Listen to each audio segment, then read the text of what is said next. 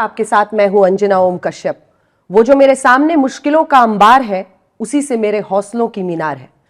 प्रधानमंत्री नरेंद्र मोदी जी, आप ही की लिखी हुई कविता की ये 2 लाइनें हैं। आपने 400 पार वाला टारगेट सेट किया है हौसलों की मीनार का। उसी पर बातचीत करने के लिए मेरे 3 सहयोगी मेरे साथ हैं, श्वेता सिंह, राहुल कंवल, सुधीर चौधरी। हम चारों आपसे सवाल जवाब करेंगे। आपको सबका स्वागत है और आज तक के दर्शकों को मेरा नमस्कार है। और मेरे लिए खुशी है कि इस पूरे चुनाव में कई बार मुझे आज तक के लोगों से कहीं न कहीं मिलने का मौका मिला है, लेकिन ये चतुष्कोण पूरा वैसे ही 4 जब इकट्ठे होते हैं, कई प्रकार की कहावतें हैं, सब तो मैं उपयोग नहीं कर सकता अच्छे वाली में बोल दूंगा। प्रधानमंत्री जी, लोग जब चुनावों की तैयारी करते हैं तो उम्मीदवारों की लिस्ट बनाते हैं, वो कौन हमारा स्टार कैंपेनर होगा, ये सब घोषणा पत्र तय करते हैं।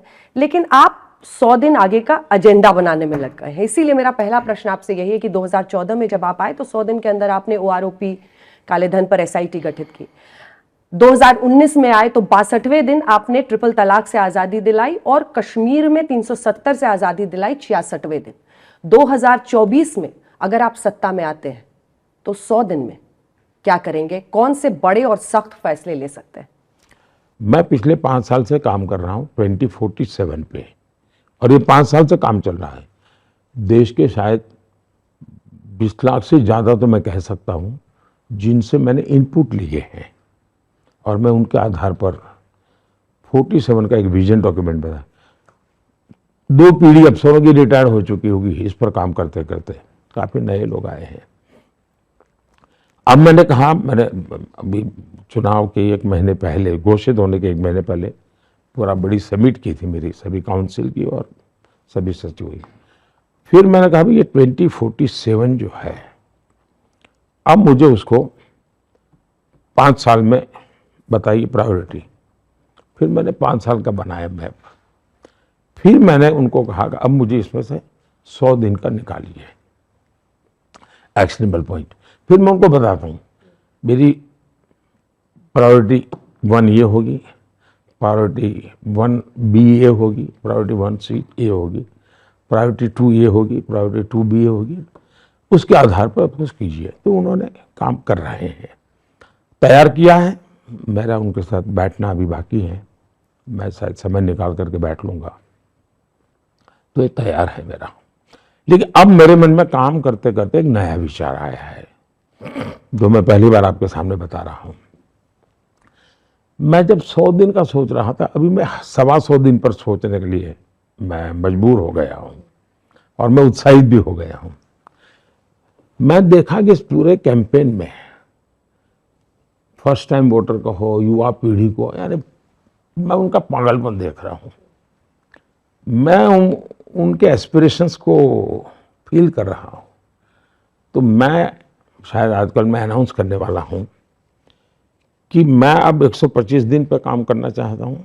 100 दिन का मैंने प्लान कर लिया है, मैं 25 दिन और जोड़ना चाहता हूँ। और उसमें प्योरली मैं यूथ को चाहता हूँ, आप मुझे आइडिया दीजिए, आप मुझे अपनी प्रायोरिटी बताइए। तो मैं 25 दिन टोटली डेडिकेट करना चाहता हूँ मेरे देश के युवाओं को। तो 125 का मैं अब करूँगा काम, 100 से मैं आगे बढ़ रहा हूँ 25 दिन का। तो हो सकता है सर, हमारा कार्यक्रम देखने के बाद, ये इंटरव्यू के बाद शायद यूथ अपने आप ही आपको मैं पहली बार आपके सामने बोला हूँ, जी, तो आप बता सकते हैं यूथ को, लोगों को अच्छा लगेगा।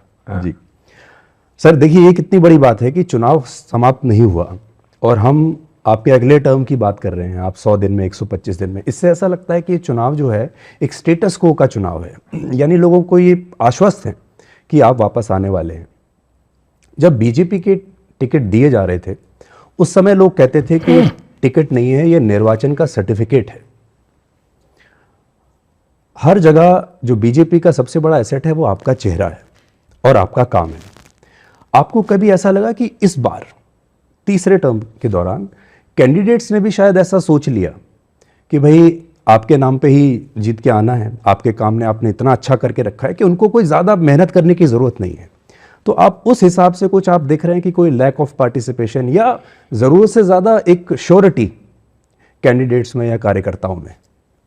एक तो ये जो चुनाव जीतने वाला हूँ ये हमारी सरकार बनने वाली है, इस अनुमान पर पहुंचने में आप काफ़ी लेट है, बहुत लेट है आप। मुझे राष्ट्रपति पुतिन का फ़ोन आया था सितंबर की मीटिंग के निमंत्रण के लिए। मुझे G7 का फ़ोन आया था कि हमें मीटिंग में चाहिए। तो दुनिया को तो पूरा भरोसा है कि ये सरकार बनने वाली है। आप काफ़ी लेट हैं लेकिन फिर भी देर आए दुरुस्त आए अच्छा ही है।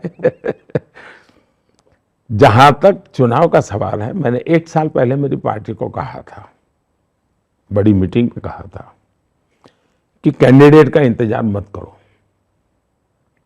आपका कैंडिडेट घोषित हो चुका है और वो है कमल। कमल ही आपका कैंडिडेट है और कोई कैंडिडेट है ही नहीं। तो 1 साल से मैं सिर्फ कमल के लिए ही काम करना तय कर चुका है। मेरी पार्टी को मैंने उस प्रकार से गैल्वेनाइज कर दिया था। तो हम कमल के लिए ही सब लोग काम कर रहे हैं। मैं भी कमल के लिए काम कर रहा हूँ, मेरे साथी भी कमल के काम, और हमारे ओपोनेंट भी कमल के लिए काम कर रहे हैं, क्योंकि वो जितना कीचड़ उछालते हैं कमल ज़्यादा खिलता है। तो वो काम वो कर रहे हैं और हम कमल की बात पहुंचा रहे हैं। पर आपको ऐसा लगता है कि ये आपका सबसे कंफर्टेबल चुनाव है? ऐसा है, कभी हमने कंफर्ट जोन में जाना नहीं चाहिए। अगर ये कंफर्टेबल है तो मैं खुद चुनौती खड़ी करूंगा। देखिए, आप देखे होगा स्ट्रेट हाईवे होता है ना, वहाँ एक्सीडेंट ज़्यादा होते हैं। जहाँ कर्व आते हैं वहाँ एक्सीडेंट कम होते हैं। मैं जागरूक रखना चाहता हूँ मेरी टीम को, जगाए रखना चाहता हूँ, दौड़ाए रखना चाहता हूँ। तो मैं कंफर्ट जोन वाली दुनिया मुझे मंजूर नहीं। पर लोग भी कहते हैं कि अगर सब इतना आसान है तो इतनी मेहनत क्यों कर रहे हैं आप? मेहनत तो मैं इसको अवसर मानता हूँ जी, मेरे लिए अपॉर्चुनिटी है। जनता जनार्दन के दर्शन करना, उनकी भावनाओं को समझना, यही तो मेरी प्राण शक्ति है, ये मेरी ऊर्जा है।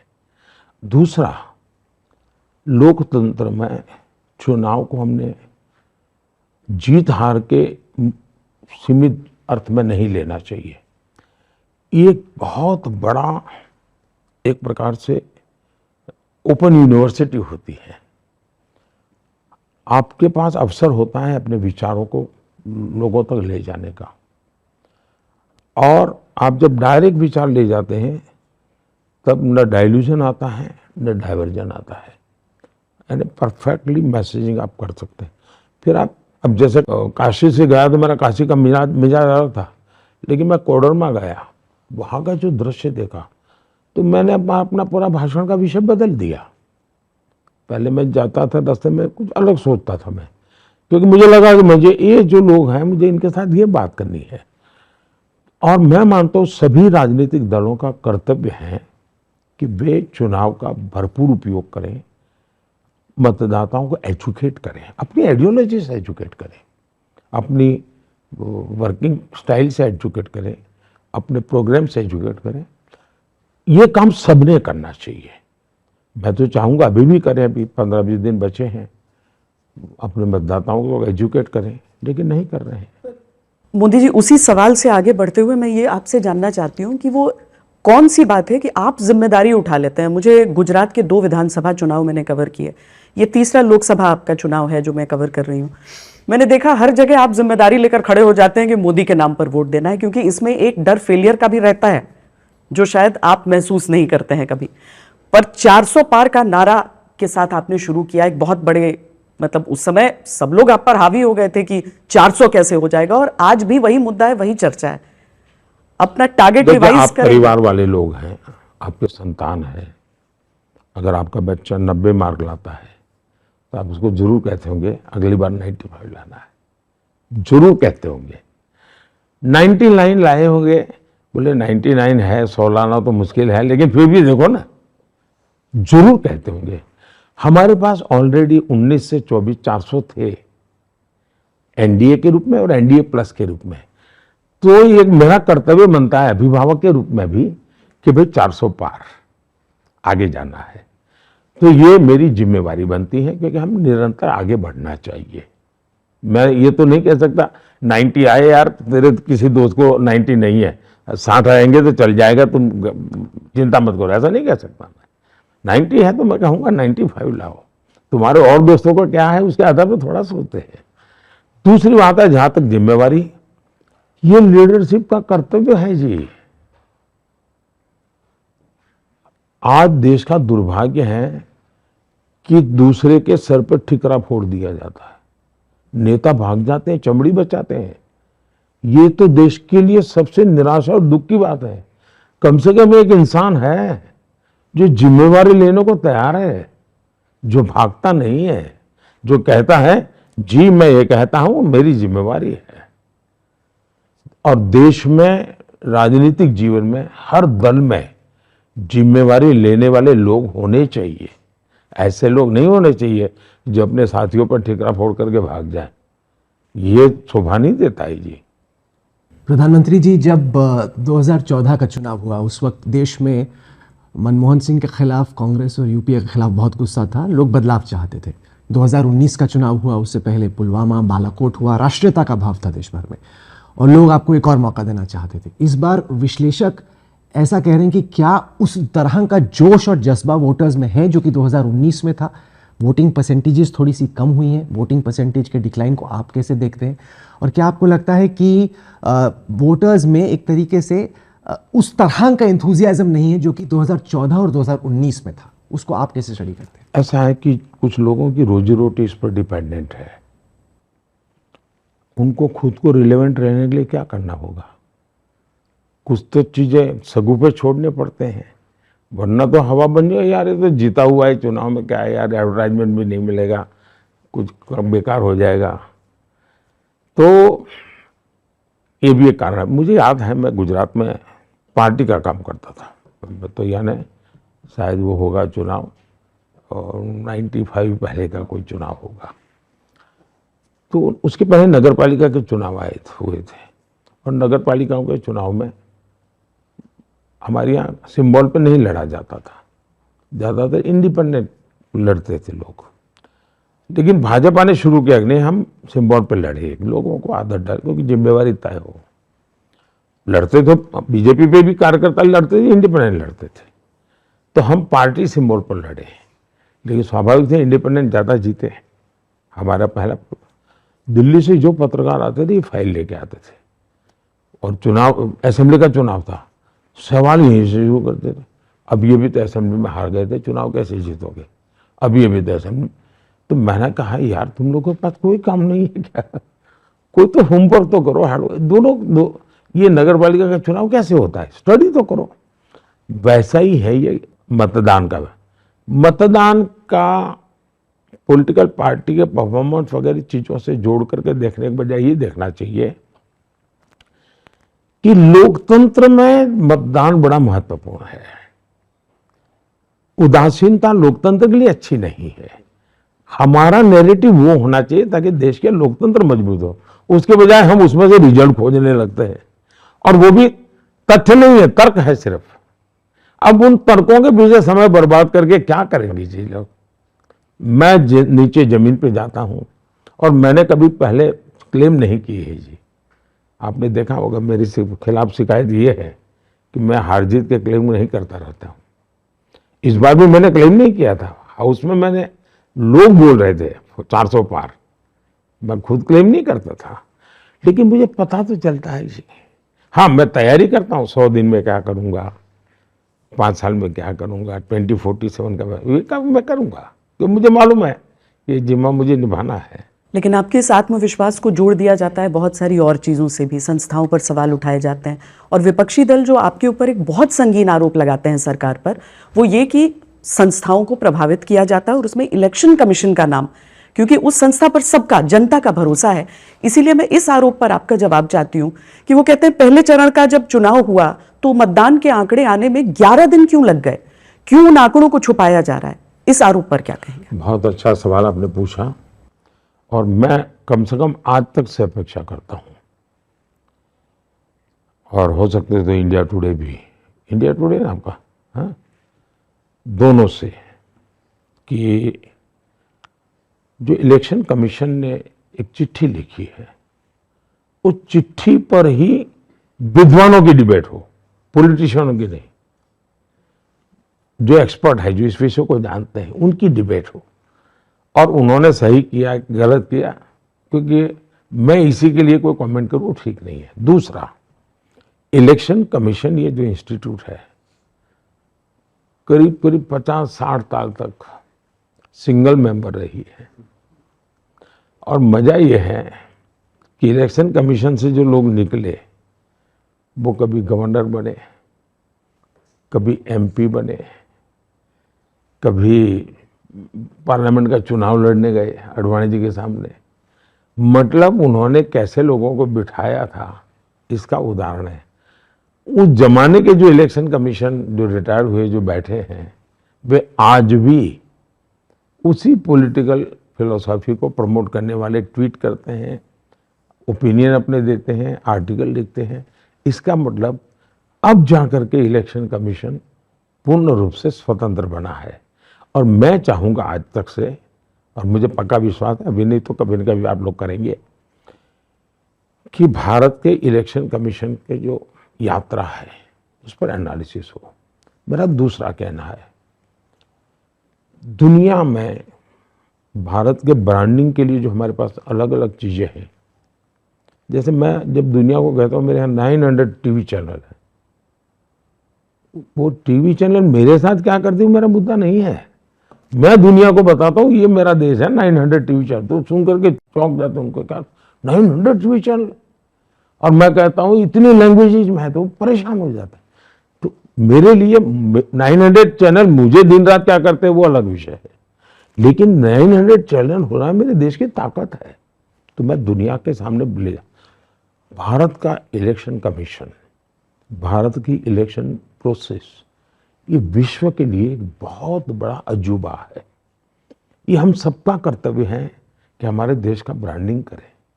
मैं तो चाहता हूं कि आप लोगों ने विश्व भर से अलग अलग मीडिया हाउसेस को यहाँ इनवाइट करना चाहिए। चुनाव में 2 हेलीकॉप्टर उनके लिए ले लेना चाहिए। इस चुनाव के दौरान और उससे पहले भी विपक्षी पार्टियां ये आरोप लगाती हैं कि लोकतंत्र हिंदुस्तान में खतरे में है। वो कहती हैं कि जो डेमोक्रेटिक इंस्टीट्यूशंस हैं वो पहले से कमज़ोर हो गई हैं। यहाँ तक कि आप पर तानाशाही, डिक्टेटर होने का भी आरोप लगता है। इसको आप कैसे देखते हैं कि मतलब ये कहा जाता है कि लोग आपसे बहुत डरते हैं और खौफ में। उन इंस्टीट्यूशंस का नाम बताइए जिसके कारण पता चले। नहीं, जैसे उनको लगता है कि सुप्रीम कोर्ट शायद कमज़ोर हो रहा है, या फिर लेजिस्लेचर में जिस तरह की बहस होनी चाहिए पहले होती भी थी, वो अब फटाफट बिल पास हो जाते हैं, इतने कमिटीज़ भी नहीं जाते। इस तरह उनको लग रहा है कि डेमोक्रेटिक बैकस्लाइडिंग हो रही है। इसको आप कैसे देखते हैं? बिकॉज पहली बात यह है कि पार्लियामेंट के अंदर डिबेट करने के लिए बार बार हम कह रहे हैं आइए, लेकिन इनको लगता है कि हमारे पास कहने को कुछ है नहीं, कहने वाले भी लोग नहीं हैं। इनके जितने नए एमपी आए हैं ना, वो आके मुझे कहता है कि साहब हमारे तो 5 साल बर्बाद हो गए, हम एक शब्द बोल नहीं पाए हाउस में। मैं अपोजिशन की बात कर रहा हूँ। मैंने कभी उनके नेताओं को कहा, मैंने कहा आपको करना ऐसा करो, 1 घंटा आपके यंग जो फर्स्ट टाइम एमपी है उनको मौका दो, फिर डिस्टर्ब करो, बाद में करो डिस्टर्ब। इनको जीवन में ये सब मैं कह चुका हूँ जिनको। मेरी कोशिश रही है कि ये लोग कुछ करें, लेकिन दुर्भाग्य है कि कांग्रेस का ये परिवार, उनके लिए लोकतंत्र मतलब उनका सत्ता में होना। वे आज भी ये स्वीकार करने को तैयार नहीं है कि 2014 से इस देश में कोई दूसरी सरकार देश ने चुनी है, ये कोई दूसरा प्रधानमंत्री है जो देश ने बनाया है, मन से स्वीकार नहीं कर पा रहे हैं। और इसलिए वो हर जगह पे उनके मैनिफेस्टो के मुद्दे अगर आप इम्प्लीमेंट कर रहे हैं तो भी उनको बुरा लग रहा है। उनकी कही हुई बातें आज अगर आप इम्प्लीमेंट कर रहे हैं, उनको तो खुशी होनी चाहिए, भाई ये तो हम कहते थे आप कर रहे हैं, अच्छी बात है, हमें मौका नहीं मिला। प्रणब मुखर्जी कहते थे, आपने उनकी किताब में देखा होगा कि मेरे साथ जो उन्होंने काम किया वो कितना डेमोक्रेटिक वे में काम हुआ, राष्ट्रपति की इंस्टीट्यूशन की कितनी प्रतिष्ठा हमने बढ़ाई है। सुप्रीम कोर्ट, मुझे बताइए ऊपर से लोग कहते हैं कि सरकार की तो सुप्रीम कोर्ट में कुछ चलती ही नहीं है। हम पर तो आरोप ये है जी, और उसमें हम लोग एबिलिटी के लिए क्वेश्चन किया जा रहा है। इसका मतलब पहले कुछ एबल लोग थे जो जुडिशरी को मैनेज करते थे और वो इंस्टीट्यूशन ठीक थी। मैं मानता हूं मुझे क्यों मैनेज करना चाहिए, कानून का काम करेगा। प्रधानमंत्री जी, एक आरोप जांच एजेंसियों को लेकर आपकी सरकार पर लगता है। वो विपक्ष चिल्लाता है ईडी, सीबीआई, इनकम टैक्स, ये सारे विभाग जो विपक्षी नेता हैं उन पर तो बहुत अग्रेसिव होकर आक्रामक तरीके से कार्रवाई करते हैं, जेल में भी पहुंचाते हैं, लेकिन जो एनडीए में शामिल हो जाते हैं विपक्ष के नेता उन पर सॉफ्ट हो जाता है इस आरोप पर। ऐसा है कि ऐसा कर करके उस मुद्दे को टालिए मत। ये तरीका है। जैसे मैं कहता हूं कि परिवारवादी पार्टी, तो हमारे मीडिया के लोग मुझे सवाल क्या पूछते हैं कि राजनाथ सिंह का बेटा भी तो है। दोनों में फर्क है जी।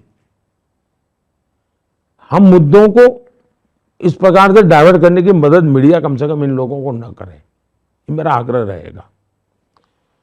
मैं जब परिवारवादी पार्टी कहता हूं उसका मतलब है कि party of the family, by the family, for the family. किसी परिवार के 10 लोग अगर पब्लिक लाइफ में आते हैं तो बुरा है, सब मैं नहीं मानता हूं। 4 लोग अगर बढ़ चढ़ करके आगे जाते हैं तो बुरा नहीं मानता हूं, लेकिन वो पार्टी नहीं चलाते हैं जी, पार्टी निर्णय करती है।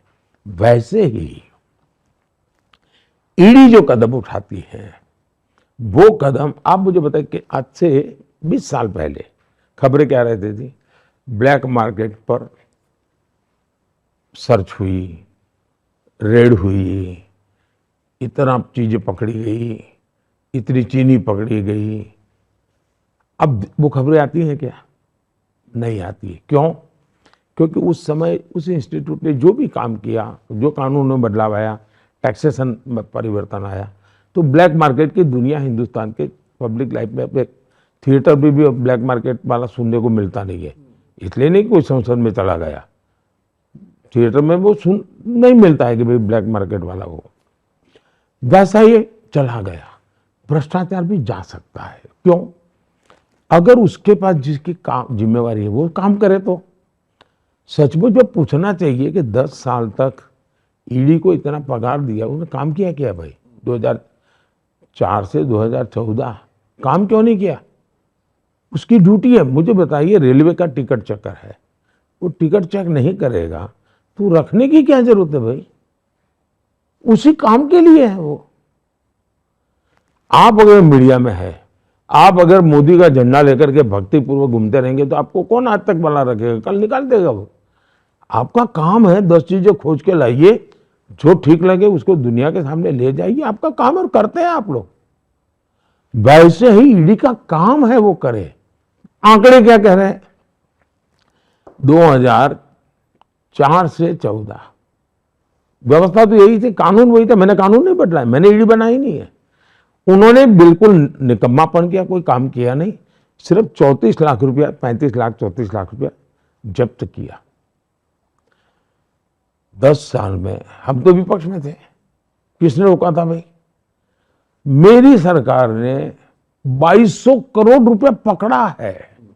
नोटों के ढेर आपके टीवी वालों ने दिखाए हैं जी। बंगाल, झारखंड। उस ईडी को आप कैसे बदनाम कर सकते हो जी? एमपी के घर से मिले हैं पैसे, आप कैसे इनकार कर सकते हो? मुझे बताइए, कहीं ड्रग्स हैं, अगर ड्रग्स की बहुत बड़ी मैं खेप पकड़ लेता हूं तो आप तारीफ करेंगे कि नहीं करेंगे? ईडी अगर पकड़ता है तो उसकी तारीफ भी, उसको गुनहगार। ये क्या तरीका है? क्यों? क्योंकि वो राजनेता के यहां से पकड़ा गया। प्रधानमंत्री जी, हाल ही में अंतर्राष्ट्रीय अर्थशास्त्रियों की एक रिपोर्ट आई टॉमस पिकेटी की, जिसमें उन्होंने कहा कि भारत में इनकम इनइक्वालिटी बढ़ रही है। यानी कि जो लोग अमीर हैं वो और अमीर होते जा रहे हैं, जो गरीब हैं वो और गरीब होते जा रहे हैं। कि भारत की इकोनॉमिक ग्रोथ इस वक्त के शेप्ड है, कि ऊपर लोग अमीर हो रहे हैं और नीचे लोग गरीब हो रहे हैं। आप इसको कैसे देखते हैं, जो इनकम इनइक्वालिटी का विषय? तो क्या सबके सब गरीब होने चाहिए? नहीं, अमीर ज़्यादा होने चाहिए। सबके सब गरीब होने चाहिए। एक तो एक उपाय ये है कि भाई कोई डिफरेंस ही नहीं रहेगा। बिल्कुल सब तो मान है भाई। इस देश में पहले ऐसा था। अब आप कहते हैं नहीं सब अमीर होने चाहिए, तो धीरे धीरे होंगे कि रातों रात एक साथ सब यहाँ है तो सब यहाँ आएंगे, थोड़े यहाँ आएंगे वो नीचे वालों को ऊपर लाएंगे, थोड़े ऊपर आएंगे वो लाएंगे, थोड़े और ऊपर आएंगे उनको लाएंगे। एक प्रोसेस होती है। और इसलिए या तो हम तय करें कि हम सब गरीब रहना चाहते हैं, हमें कोई ज़रूरत नहीं है, अगर हर एक को भाई 10 रुपये मिलेगा, बस 10 रुपये गुजारा करना है तो करो। एक तो ये रास्ता है। दूसरा रास्ता है हम कोशिश करें आगे बढ़ेंगे, आज 10 आगे बढ़ेंगे, कल 100 बढ़ेंगे, फिर परसों 500 बढ़ेंगे। आज हो रहा है। आप पहले स्टार्टअप हमारे देश में कुछ सैकड़ों थे और 1.25 लाख स्टार्टअप हैं, तो प्रगति हो रही है। पहले हवाई जहाज में बैठने वालों की संख्या इतनी थी, आज 1000 नए हवाई जहाज का ऑर्डर बुक करना पड़ा है। 1000 नए आज हिंदुस्तान में सरकार के और प्राइवेट गिने तो करीब 600 या 700 हवाई जहाज है, नए 1000 है वो हवाई जहाज। मतलब कि प्रॉस्पेरिटी बढ़ी है। आज मुझे बताइए बद्रीनाथ केदारनाथ वगैरह यात्राएं जो लोग जा रहे हैं, वो पैसे कहाँ से लाते हैं जी? कोई तो खर्चा, पैसा होगा तब खर्चा करता हूँ। वो संख्या करोड़ों में पहुंच गई है। विदेशों में लोग शादी के लिए विदेशों में जा रहे हैं। अगर 5 ही अमीर लोग होते तो इतनी शादियां विदेशों में कैसे करवाते भारत के लोग? और इसलिए मैंने तो कहा भाई मेड इन इंडिया, क्योंकि प्रॉस्पेरिटी आ रही तो लोगों को लगता है यहाँ जाएंगे। उनको लगता है, उसने चेन्नई देखा नहीं और कहता मुझे सिंगापुर देखना है। तो ये हमें स्थितियों को सही तरीके से देखना चाहिए। आपके डर के मारे बहुत लोग इंडिया में शादी कर रहे हैं। उन्होंने बोला कि मोदी जी को रिपोर्ट चली गई कि शादी विदेश में हुई। डर के कारण कर रहे हैं, वो मीडिया का वर्जन स्वाभाविक है। लेकिन रियलिटी ये है कि मुझे कई लोग चिट्ठी लिख के कह रहे हैं साहब मैंने बुक किया था, मेरा खर्चा हुआ है, लेकिन कभी ये सोचा नहीं था कि इसका ये भी मीनिंग होता है। और बोले मैंने तो तय किया मैं हिंदुस्तान में शादी। ये छोटी छोटी जगह बड़ी अच्छी हैं। अब लोग आपके आइडिया के बाद सब जा रहे करने के लिए डेस्टिनेशन वेडिंग कश्मीर में हो रही है। जी। मैं बताता हूँ जी, आज अब मेरे यहाँ बद्रीनाथ केदारनाथ में उनकी बड़ी इनकम हो गई। पहले रिलीजियस टूरिज्म था, इंफ्रास्ट्रक्चर तो था, अब उन्होंने वेडिंग के लिए उसके साथ थोड़ी फैसिलिटी बढ़ाई, तो ऑफ सीजन में उनको वेडिंग का काम मिल जा रहा है। राहुल ने सर जो ये अमीरी गरीबी की बात की, कौन राहुल? हमारे वाले राहुल। तो वो आपके वाले नहीं है। आज सर फॉर्म में एकदम। हाँ सर एकदम फॉर्म में। लेकिन मैं दूसरे वाले राहुल की भी बात करता हूँ। अब दूसरे वाले राहुल जो हैं वो सर आपकी जो छवि है वो है गरीबों के मसीहा की छवि। हमने देखा महिलाएं कैसे रोने लगती हैं जब आप जाते हैं, गरीब महिलाएं कितना सुसाइड करती हैं। आपकी जो योजनाएं भी हैं वो सब 25 करोड़ लोगों को आपने गरीबी रेखा से बाहर उतारा।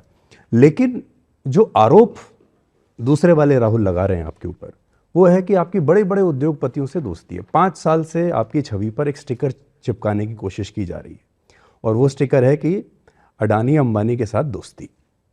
इस पर आप कैसे, और ये बिल्कुल ब्लैक और व्हाइट की तरह है कि आप कहाँ काम कहाँ कर रहे हैं। इस परिवार का प्रॉब्लम ये है कि ये बोझ में दबा हुआ परिवार है। नेहरू जी को गालियां पड़ती थी, बिरला टाटा की सरकार, बिरला टाटा की सरकार। पार्लियामेंट में देख लेंगे तो टाटा बिरला सरकार, टाटा बिरला सरकार, ये नेहरू जी लगातार सुनते आए थे। अब इस परिवार के प्रॉब्लम ये है कि जो गाली मेरे नाना को पड़ी वो मोदी को पड़नी चाहिए। तो वो सब चीज़, वो राफेल क्यों लाए? मुद्दा राफेल नहीं था, उनको लगता था राफेल करूँगा तो बोफोर्स का पाप धोएगा, तो इसलिए वो लाए। साइकोलॉजिकल प्रॉब्लम है। इस चुनाव में वो इतना जोर, इतनी मेहनत पहले कभी नहीं की, क्यों कर रहे हैं? उनको लगता है अगर मोदी तीसरी बार हो गया तो मेरे पिताजी की कोई इज्जत नहीं रहेगी, मेरी नानी की इज्जत, दादी की इज्जत नहीं रहेगी, ये तो नेहरू के बराबर हो जाएगा। वो हर चीज़ उसी से कंपैरिजन करते हैं और इसलिए गालियाँ ये सब उन्होंने कहीं से उधारी ली हुई गालियाँ हैं जो। अब दूसरा बात है, मैं लाल किले पर से बोलता हूँ जी, मैं शर्माता नहीं हूँ। मैं लाल किले से बोलता हूँ, इस देश में वेल्थ क्रिएटर्स की इज्जत होनी चाहिए। मेरे देश में जो सक्षम लोग हैं, जो सामर्थ्यवान लोग हैं, इनकी प्रतिष्ठा बढ़नी चाहिए। मैं मेरे 15 अगस्त के जो गेस्ट लिस्ट होता है उसमें मैं खिलाड़ी जो अचीवर्स हैं उनको बिठाता हूँ। अगर देश अचीवर्स की पूजा नहीं करेगा, देश अचीवर्स का महात्मा ही नहीं करेगा, तो मेरे देश में पीएचडी करने वाले लोग कहाँ से निकलेंगे, साइंटिस्ट कहाँ से निकलेंगे। जीवन के हर क्षेत्र में अचीवर्स की इज्जत होनी चाहिए भाई। अगर कल आज तक ग्लोबल चैनल बनता है तो मैं सबसे पहला हूँ साहब ताली बजाऊंगा जी। मुझे मालूम है आज तक मेरे साथ क्या जुर्म करता है, लेकिन मैं उसकी ताली बजाऊंगा क्योंकि मेरे देश की आज तक ग्लोबल हुआ। मुझे तो दुख है जी कि CNN, BBC, आज़ादी के 75 साल हुए, मेरी एक ग्लोबल चैनल अल जजीरा रातों रात आए और ग्लोबल चैनल बन जाए। अब कोई कहेगा तुम तो अरुण पुरी बड़े धनपति की मदद कर रहे हो। मैं धनपति की मदद नहीं कर रहा हूँ, मेरे देश का गर्व है। मेरे देश की मल्टीनेशनल कंपनियां क्यों नहीं होनी चाहिए भाई? दुनिया में मेरे देश की कंपनियों की दुकानें क्यों नहीं होनी चाहिए? दुनिया के लोग नौकर रोजगार के लिए मेरे देश के शर्माते क्या है वो भाई? हाँ, बेईमानी की है तो फांसी पर लटका दो, गलत तरीके से दिया है तो फांसी पर लटका दो, लेकिन मैं मेरे देश में वेल्थ क्रिएटर की इज्जत करूंगा। मेरे देश के उज्जवल भविष्य के लिए जितना मैं पूज्य भाव से मेरे श्रमिक के पसीने की चिंता करता हूं, उतने ही भाज्य भाव से मैं पूंजीपति के पैसों का भी महत्व समझता हूं। ये बहुत बड़ी बात है। मेरे लिए पूंजीपति का पैसा हो, मैनेजमेंट करने वालों का दिमाग हो, परिश्रम करने वाले का पसीना हो, ये तीनों को एक परिवार के रूप में मैं देखता हूं, तब जाकर के विकास होता है। सर, आपके 10 साल का ट्रैक रिकॉर्ड ये कहता है कि लाभार्थियों को, चूंकि आपने अभी बात की कि अगर किसी ने रिश्वत में जमीन दी है तो हम काम करेंगे कि उसको वापस मिले, लाभार्थियों का आपका एक बहुत लंबा चौड़ा स्कीम चल रहा है।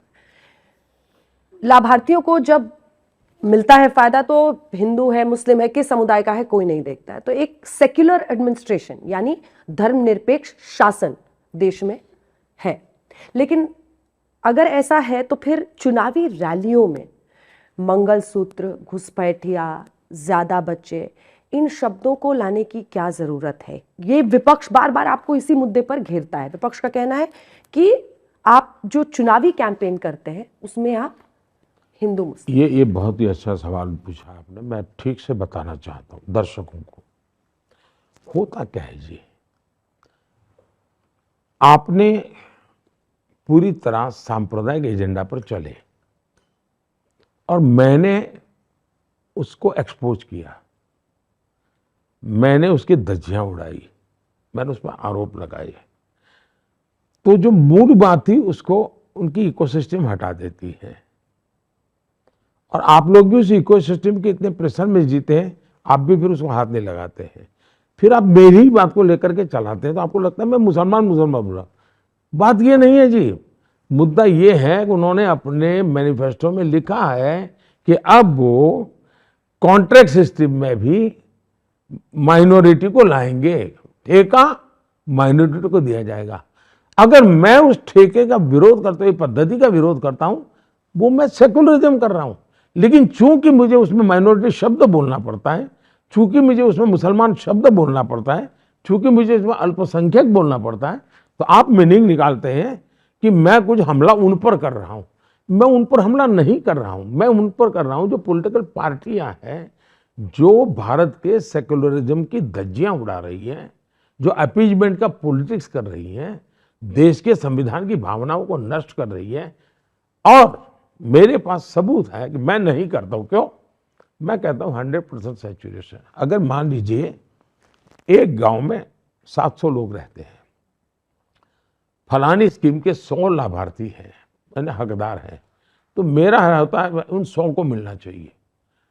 फिर इस जाति का उस जाति का नहीं। हाँ, हो सकता है किसी को सोमवार को मिलेगा, किसी को बुधवार को मिलेगा, किसी को जनवरी को मिलेगा, किसी को जुलाई में मिलेगा, लेकिन हकदार जितने हैं सबको मिलना चाहिए। तो गवर्नेंस में डिस्क्रिमिनेशन नहीं होना चाहिए, सेकुलरिज्म होना चाहिए। आज पूरी डिबेट देखिए, हमारी तरफ से हमने न कहीं हिंदू मुसलमान किया है, उनके मैनिफेस्टो को समझाने के लिए को हम समझा रहे हैं कि ऐसा ऐसा। अब उसमें हम संकोच नहीं करते हैं, हम संकोच होकर के भी मुसलमान बोलेंगे तो पता नहीं हम पर थप्पा लग जाएगा, न बोले। मैं मुसलमानों को समझा रहा हूँ, ये तुम्हें मूर्ख बना रहे भाई, 75 साल से मूर्ख बना रहे, तुम क्यों मूर्ख बन रहे हो? और मैं बुद्धिमान मुसलमानों को कहता हूं, जरा समझो भाई, क्या मिला तुम्हें? अच्छा, धर्म के आधार पर उन्होंने देश तो ले लिया, क्या वो देश मदरसा से चल जाएगा क्या? क्या उनको एडमिनिस्ट्रेटर नहीं चाहिए? क्या उनको डॉक्टर नहीं चाहिए? उनको इंजीनियर नहीं चाहिए? डॉक्टर हैं तो आपको स्टेथोस्कोप उठाना पड़ेगा जी। आप इंजीनियर हैं तो आपको हाथ में कुछ कागज पेन लेनी पड़ेगी जी। मैं मुसलमानों को यही कह रहा हूं जी। वो सुन रहे हैं, वो वोट कर रहे हैं बीजेपी के लिए, आपको ऐसा लगता है? पहला, हाँ। ये वोट के लिए जो करने वाली आदत है ना देश में, ये खत्म होनी चाहिए। सब कुछ वोट के लिए करोगे क्या? देश के लिए कुछ नहीं करोगे, सत्ता पाने के लिए करोगे? मैं इसका घोर विरोधी हूं जी। मैं जो करूंगा वो देश के लिए करूंगा। वोट तो बाय प्रोडक्ट होता है जी। वोट के लिए देश को डुबो नहीं सकते हम, और मुझे ऐसी सत्ता नहीं चाहिए जो मेरा देश को बर्बाद करे। ऐसी सत्ता मुझे मंजूर नहीं है। तो आपने कहा आप कभी हिंदू मुस्लिम नहीं करेंगे, आपका ये काफ़ी। मैं हिंदू मुस्लिम न कभी किया है न करता हूं, लेकिन अगर 3 तलाक गलत है वो मैं कहता हूं तो मैं मुसलमान विरोधी हूं। ऐसा अगर आप मुझे लेबल लगा देते हैं तो आपकी मजबूरी है, मेरी मजबूरी नहीं है। नहीं, कुछ ऐसा लेबल लगाने की कोशिश कश्मीर को लेकर भी की गई थी जब 370 हटाया गया था। मोदी जी, 2014 से पहले भी मैंने कश्मीर कवर किया है, उसके बाद भी किया है, और केवल एक शहर और डाउनटाउन नहीं बल्कि बॉर्डर्स तक, जहां पर लोगों ने को लगा कि वो इंक्लूसिव हो रहे हैं, वो जुड़ रहे हैं मुख्य धारा के साथ। फिर 370 आया, उसके बाद से पत्थरबाजी नहीं हुई, हड़ताल नहीं हुई। श्रीनगर में क्या कमाल की वोटिंग इस बार हो गई। पर एक बहुत बड़ा धड़ा है जो कहता है कि बताइए हमसे राज्य का दर्जा ले लिया है। आप जम्मू कश्मीर की जनता को कुछ कहना चाहेंगे? पहली बात है कि मेरे इस चुनाव में आपने सवाल पूछा होता तो मुझे अच्छा लगता, लेकिन आप लोगों ने नहीं पूछा। लेकिन मैं, आपने विषय निकाला इसलिए मैं उसमें से सवाल भी पैदा करता हूं, जवाब भी देता हूं। इस पूरे चुनाव में मेरे लिए संतोष की पल कौन सी है? तो मेरे लिए संतोष की पल है श्रीनगर का वोटिंग, क्योंकि इसने इस बात को थप्पा मार दिया कि मेरी नीतियां सही है। मैं कोई डिस्क्रिमिनेशन नहीं करता हूं। मेरी सरकार धर्म के आधार पर भेदभाव नहीं करती है। जहां तक राज्य का दर्जा का, हमने पार्लियामेंट में प्रॉमिस किया हुआ है और हम उस पर कमिटेड हैं। हाँ, हम सफल होना चाहते हैं, सफल in the sense political power में नहीं, स्थितियों में। और पहले हम पर क्या गालियां पड़ती थी, आपने इंटरनेट बंद कर दिया, चारों तरफ होलना मीडिया में। हम जाते थे मीटिंग में तो आप लोग मिलते थे तो इंटरनेट बंद कर दिया, कौन सा लोकतंत्र है? गालियां खाई, लेकिन मेरे कश्मीर का भला मैंने किया है। मैं दूर का देख सकता था, आप 24 घंटे चैनल के लिए देखते थे, मैं देश के लिए देखता था। और इसलिए मैं इंटरनेट की गालियां खाने के बाद भी, इंटरनेट बंद कर करके भी मैं नौजवानों को गलत रास्ते से बचाने में सफल हुआ। दूसरा मेरा संतोष है, अब 10 साल का समय लगा लीजिए, मानो 2004 से 2014 कितनी माताओं ने अपने बच्चे खोए होंगे। 2014 से 24 कितनी माताओं के लाल बच गए। जीवन में इससे बड़ा संतोष क्या होता है जी। और इसलिए राज्य भी हमारा अपना कमिटमेंट है। प्रक्रिया हम सफलता के लिए जो भी रास्ता होगा वो करेंगे। मैं चाहूँगा कि मैं गेहूं की फसल करूं, लेकिन सही सीजन में करूंगा तो मुझे गेहूं मिलेंगे, सही सीजन में नहीं करूंगा तो मेरा बीज भी बर्बाद हो जाएगा। देश की राजनीति से अगर 1 मिनट के लिए हम बाहर निकलकर ग्लोबल ऑर्डर की बात करें तो इस वक्त दुनिया की निगाहें भारत और भारत के इस चुनाव पर है। इस वक्त रूस और रशिया की लड़ाई चलती जा रही है, वो ख़त्म होने का नाम नहीं ले रही। इजराइल और हमास की लड़ाई चल रही है, ईरान के साथ तनाव बढ़ रहा है। पिछले 5 साल में भारत की जो कॉम्प्रिहेंसिव नेशनल पावर है काफ़ी बढ़ी है। भारत 11वें नंबर की अर्थव्यवस्था से 5वें नंबर पे आया। अगले 5 साल में ग्लोबल हाई टेबल पर आप भारत का रोल क्या देखते हैं? हम इस हिसाब से चीज़ों को क्यों देखते हैं? मूलभूत बात क्या है? अब तक हम क्या सोचते थे हमारा हमारा नैरेटिव ये था कि हम इससे इतने दूर है, हम उससे इतने दूर है, यानी हम इक्वल डिस्टेंस मेंटेन करते हैं। एक हमारा डिप्लोमेटिक भाषा में चलता था। मैंने कहा नथिंग टू डू, मेरी भाषा है कि हम कितने निकट हैं। तो दुनिया में कंपटीशन शुरू हुई कि भाई हम निकट कैसे जाएं इसके। पहले दूर रहने की कंपटीशन होती थी, बदल गया।